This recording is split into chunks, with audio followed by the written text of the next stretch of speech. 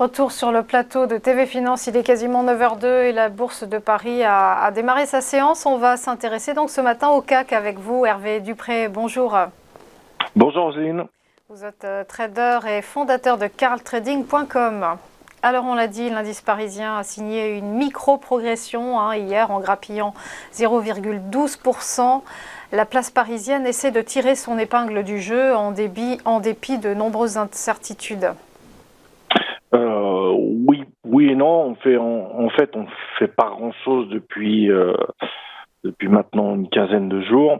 Et j'ai envie de dire, c'est pas vraiment cette semaine à l'approche de Pâques où les choses vont changer. Si ce n'est que donc la semaine dernière, je vous parlais de la fin du potentiel rebond technique par rapport à la baisse liée au conflit qui s'est matérialisé depuis mardi. On n'a fait que grosso modo baisser dans une proportion somme toute relative.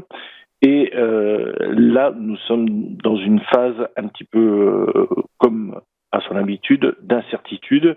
Tout le contexte, je ne vais pas le rappeler. Pour aujourd'hui, ce qui nous intéresse, au-delà de l'inflation en Allemagne qui est tombée à 7,3% ou 7,8, 7,3 pardon, c'est l'indice ZOO à 11h, aussi bien pour l'Allemagne que pour la zone euro, qui va être important. Et cet après-midi à 14h30, l'inflation aux US, car le mouvement que nous avons eu cette nuit est essentiellement lié au taux. Donc nous ouvrons en gap baissier qui ouvre sur le gap haussier de jeudi, je crois.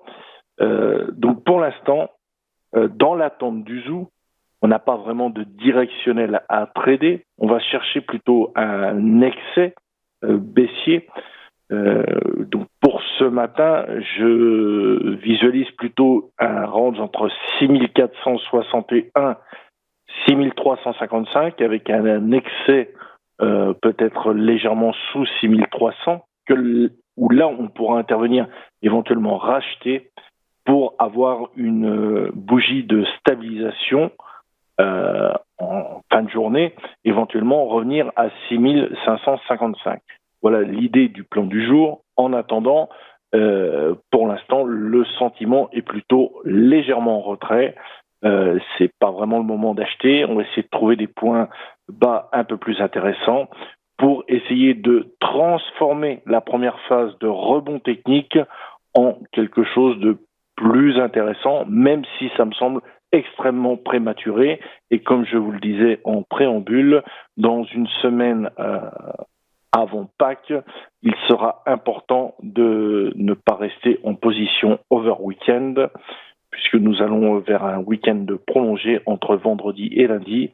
Donc on va essayer de travailler plutôt l'intraday, donc la première phase plutôt baissière, essayer d'aller chercher le comblement de gap à 6355 et 6370 selon qu'on soit cash ou futur, et pour pouvoir trouver un point d'appui et racheter par la suite pour revenir se mettre à l'équilibre. Voilà en gros le plan du jour.